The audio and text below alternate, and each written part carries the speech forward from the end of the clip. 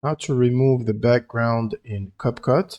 So first you want to basically open your CapCut project and load your video or import your video into the media tab and drag it into the timeline. Now for example, I have this video right here and I want to get rid of that green background, for example. You can select the video and from the right side panel I want to go to the Remove BG tab, and then you can basically choose the auto removal feature, which will remove the background. Or if it's a green background like this, you can use the chroma key by checking the chroma key.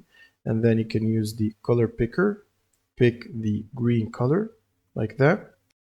And once you've picked the green color, it should get rid of it completely. You can adjust the intensity right here and play with these parameters to get the best result.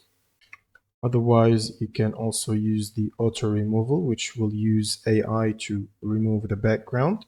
And this is a feature that requires the CapCut Pro.